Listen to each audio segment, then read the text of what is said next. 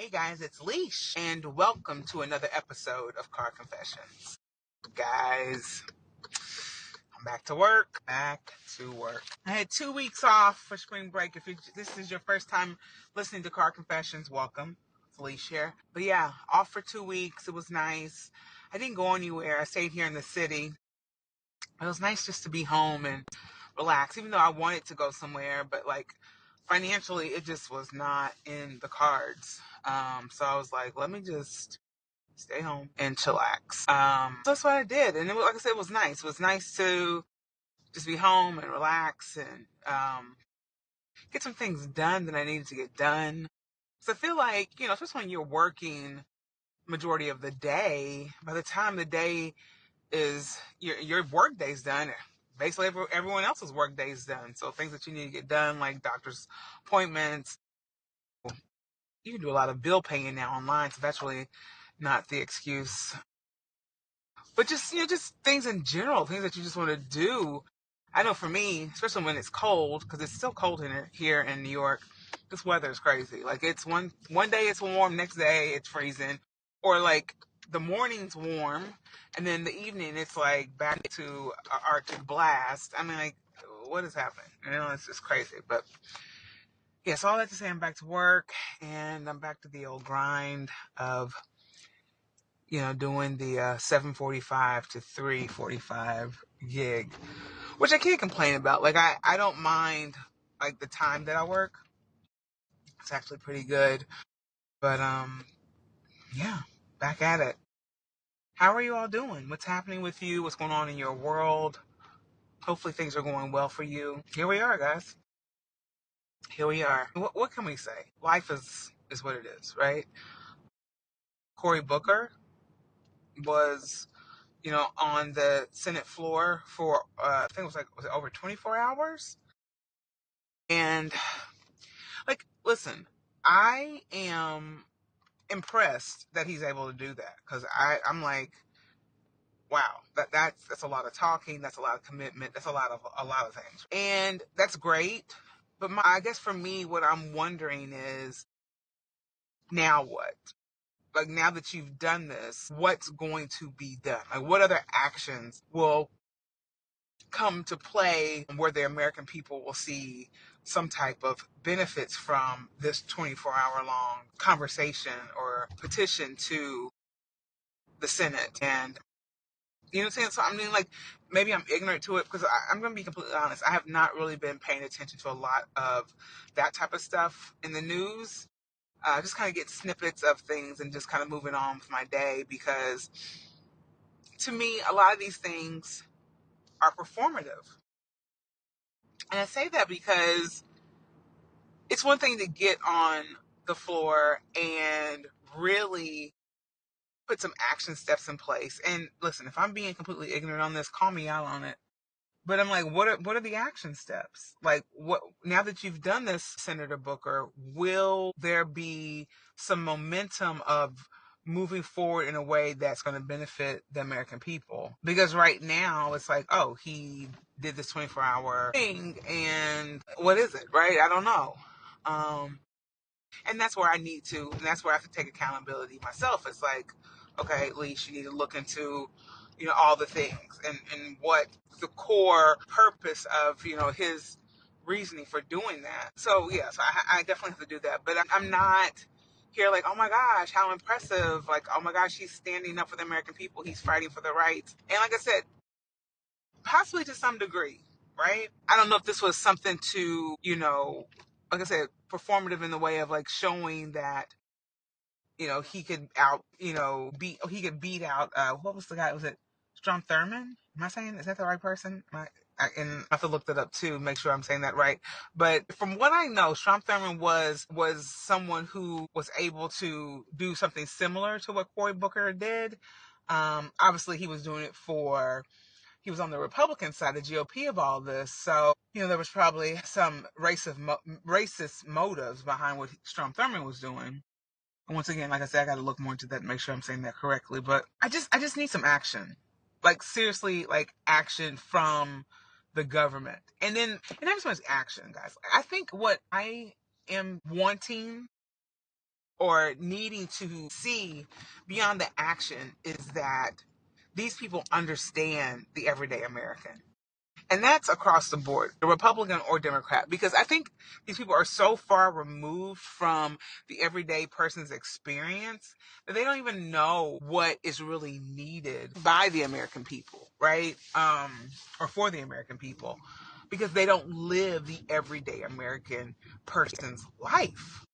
Like I said, that's across the board, regardless of what demographic you're, not demographic, but what party you are like rooting for or whatever. I think these people are really detached from, like I said, the everyday American experience. Because they don't have to worry about like a lot of financial issues. They don't have to worry about the cost that many of us are dealing with in this country. And in some ways, it's frustrating when you are constantly hearing, we are fighting for you. They're saying all the things that they, feel are needed to say about Donald Trump and, him being such a bad individual. And listen, I'm definitely not dismissing that at all because he's not a good person at all. And I'm not arguing with anyone about that. He's just not a good person. So if he's your friend or he's your dude and you're mad about that, well, I don't know what to tell you. But he is not a good person. Him, Elon Musk, the whole peanut gallery over there, it's a mess. It's a mess. And that doesn't excuse any of the Democrats that are out here either, because it's like what is really going on with that party too? It's like, what are y'all doing? And I know there are a few, people in the party that are doing things. Like I know Bernie Sanders and it was like AOC, and a few of the people have been like out here, talking about how to stop an oligarchy, how to do this, how to do that, and that's fine. But the thing is, I think what we're missing here is that we've kind of already been in that. Like we've been in it.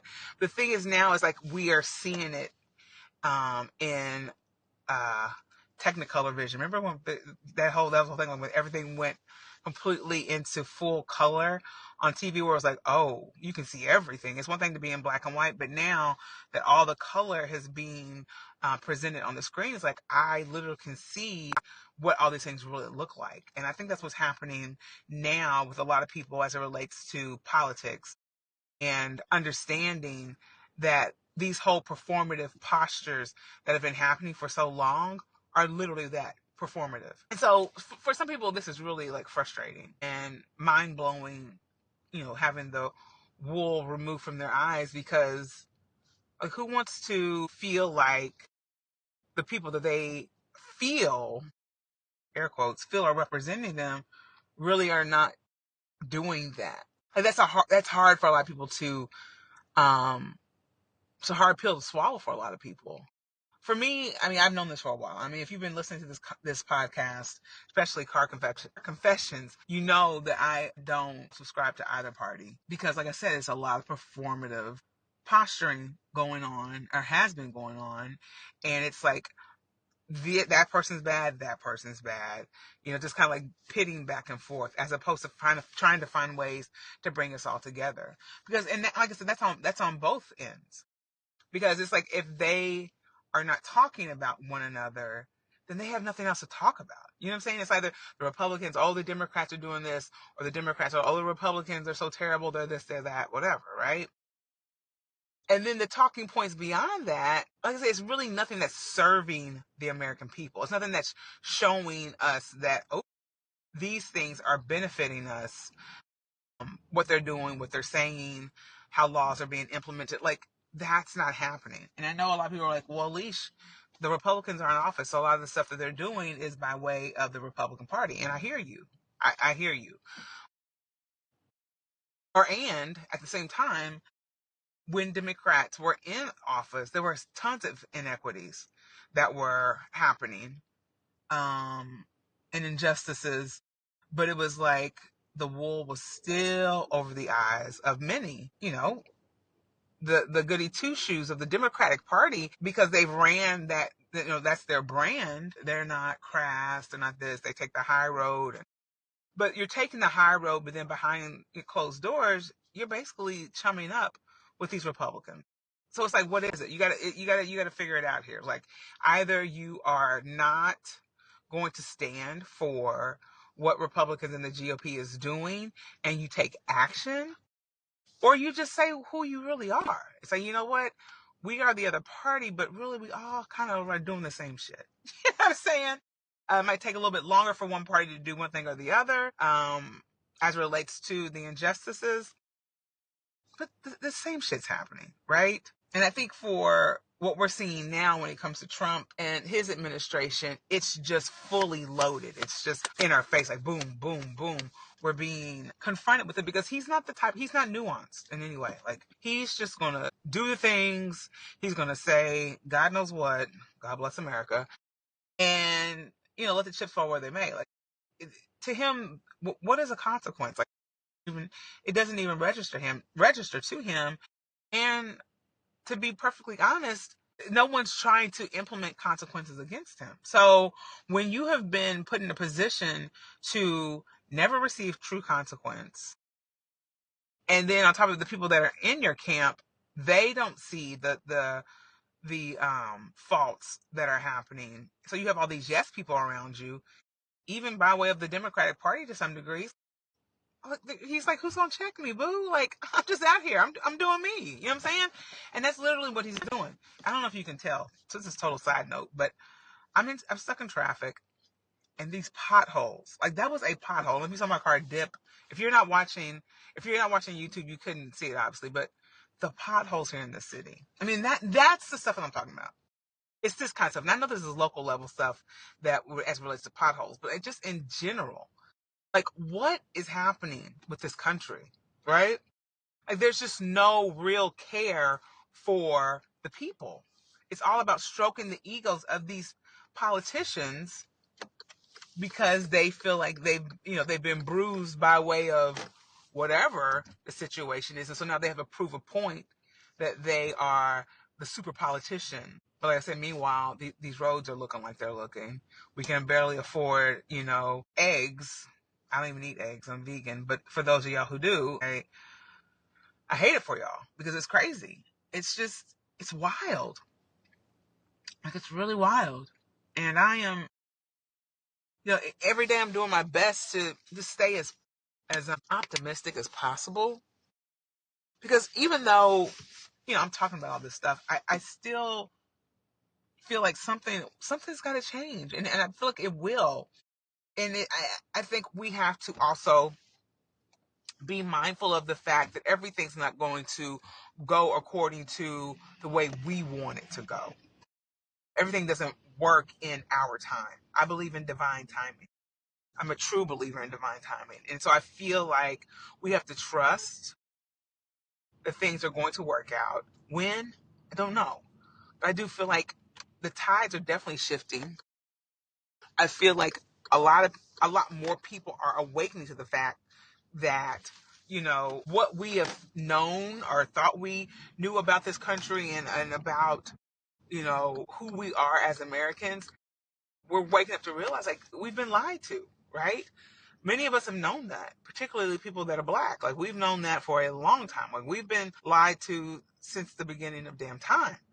But for people who are just now realizing that, and even some black people who wanted to believe that they were a part of this fabric of, you work hard, and do all these things, you will be a part of the American dream. Like I said, it's a hard pill to swallow when you realize that this system intentionally is working against you, and there's not much you can do about it. I mean, you can make strides as best as you can and, beat the odds in certain ways, right?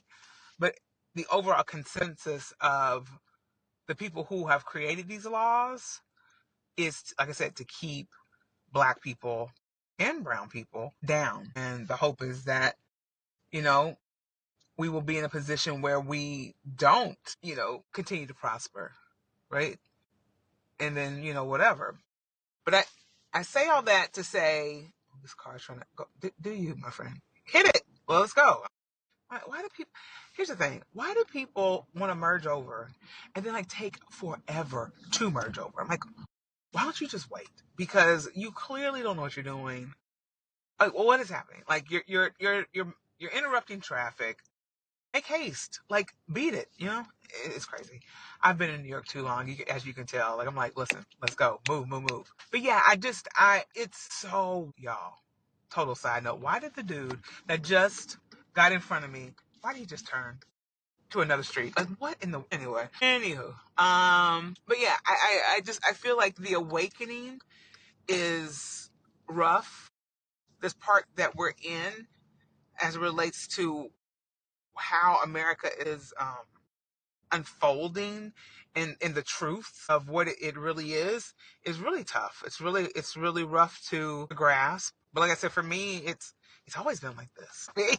Just it's just wild to see other people react and realize that this was never meant for people that look like me.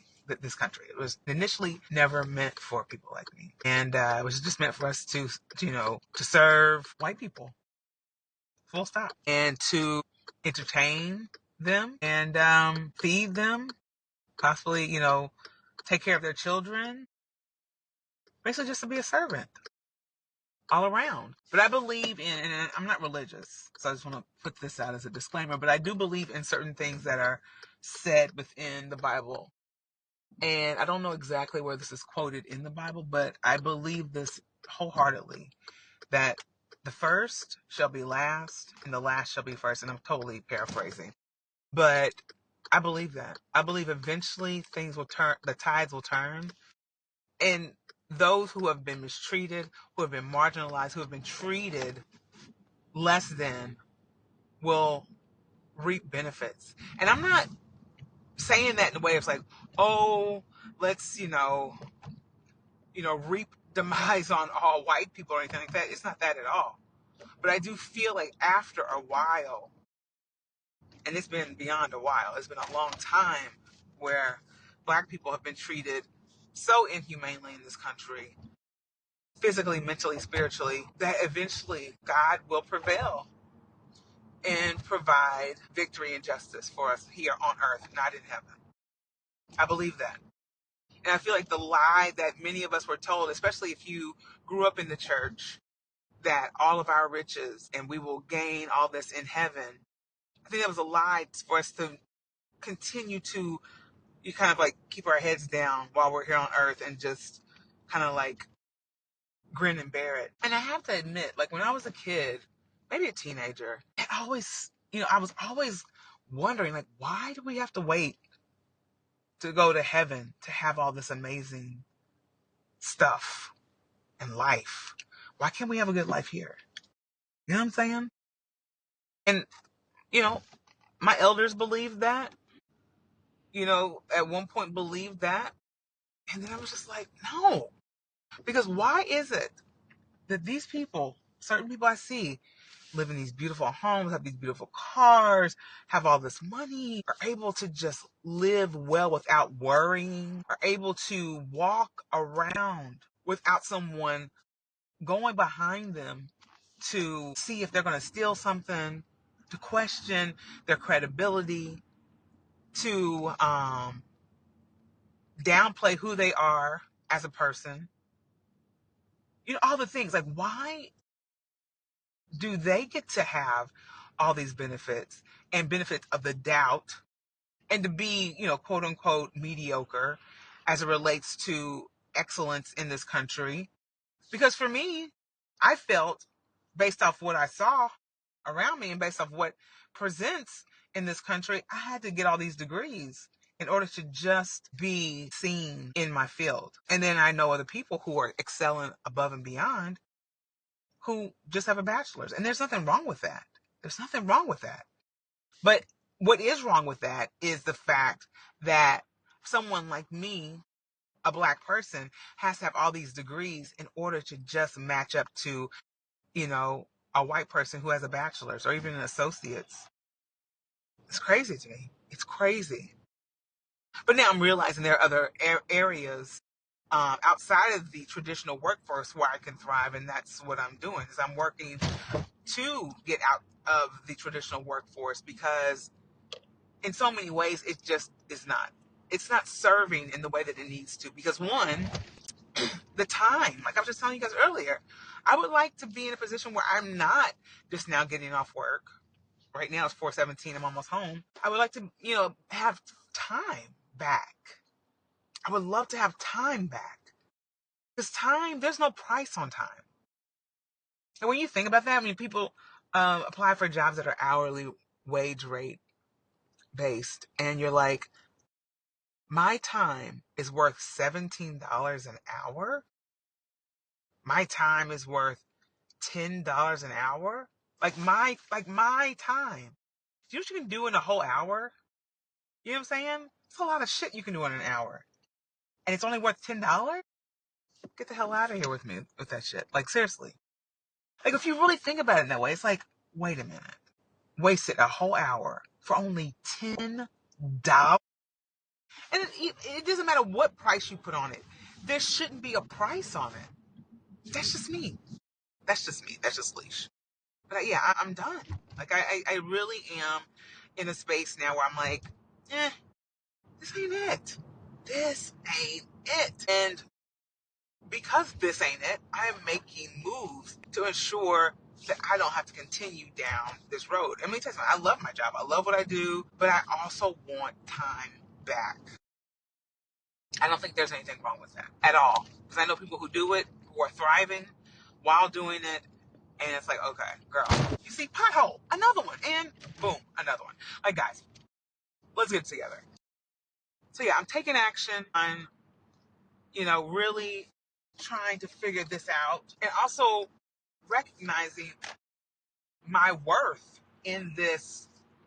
And I encourage everyone to do that. Like, really think about your worth. Think about who you are in your workplace, in maybe your home life, whatever it is, your relationship, and see like what I'm doing in terms of my time.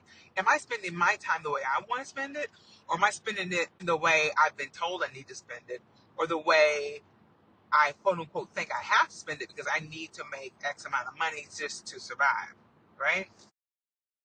It's a lot to think about, but it's something to really, I feel like you should think about.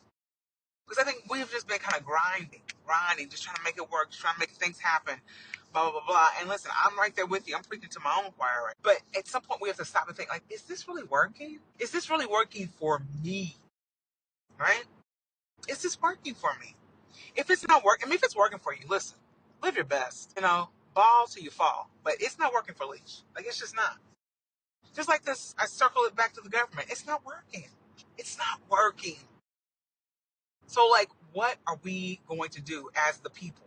What are we going to do, guys? Because we need to do something. But I tell you what I'm not going to do. I'm not going to be marching in this march that's coming up. And I know a lot of people have different thoughts and feelings about this April 5th march. But for me, and I'm someone who, I am a protester to the death, but I don't feel like this particular march is something that is going to be beneficial for particularly black and brown people. I just don't. I feel like it's a trap. And if I'm wrong, then I'm wrong, right? But I feel it's a trap. It's a way for martial law to be implemented. I'm not doing it. Like, I'm not. Here's another thing. And I was saying this to someone the other day. I'm not putting myself on the line for a country and for a system that has never really cared about me. I'm not doing it. The way this country has been operating since the beginning of time, it was never meant for me to thrive. And that's from the origin of this thing, right? Taking it all the way back, pre-1776 here. Like, seriously, if you know anything about history, you know that the only way this country really became a thing was for other states that were a part of the whole original colonies to agree that slavery should still be a part of the fabric. Now, you can go look that up to verify that. I'm telling you, that is a part of the whole thing. And for basically black people to still remain as considered like non-human. Like, we were just basically like machines, whatever. And that we didn't deserve equal rights. because it was on the table. It was on the table. But like I said, in order for things to actually work out the way it was intended to work out, they had to keep that on the books. Of course, there have been amendments and all that, but the core of what this country is about and the mindset of what people have had since then up to now, a lot of that hasn't changed. There have been a few nuanced things that have happened, but overall, what this country is about is racism. It's racism, capitalism, and to keep, now for real, to keep the rich people in power.